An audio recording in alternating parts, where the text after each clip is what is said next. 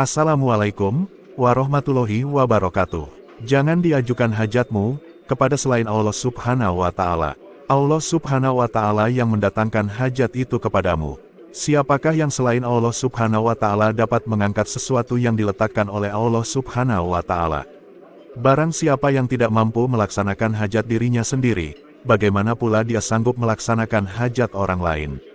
Dalam membentuk kepribadian tauhid, kita perlu melihat sesuatu dari asal mulanya hingga pada penghabisan sampainya. Orang yang masih dalam proses membentuk kepribadian tauhid, diibaratkan jembatan tempat lalu lintas yang datang dan yang pergi. Apa yang datang menceritakan asalnya dan yang pergi menceritakan tujuannya. Jembatan itu ialah hati dan yang datang itu bermacam-macam. Di antaranya adalah niat, harapan, angan-angan, cita-cita, hajat dan keinginan. Semuanya datang dari arah yang sama. Semuanya bukan jenis benda yang berupa, tetapi adalah jenis tenaga atau kuasa gaib. Walaupun gaib, masing-masing itu mempunyai keupayaan dan kekuatan untuk memberi kesan kepada hati.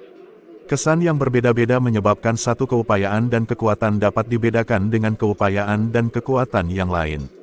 Boleh dikenal keupayaan dan kekuatan marah, benci, suka, niat, harapan, hajat dan lain-lain.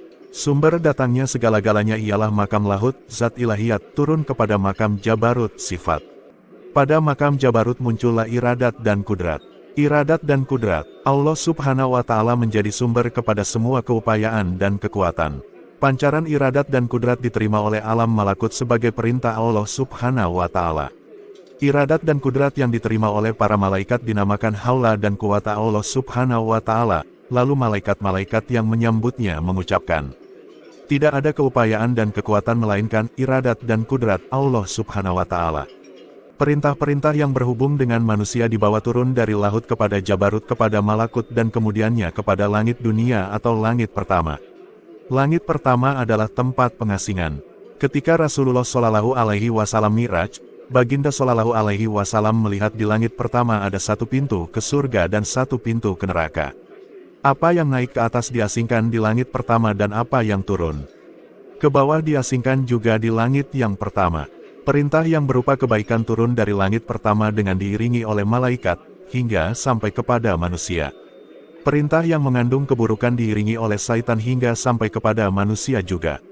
Baik dan jahat hanya diasingkan apabila memasuki dunia.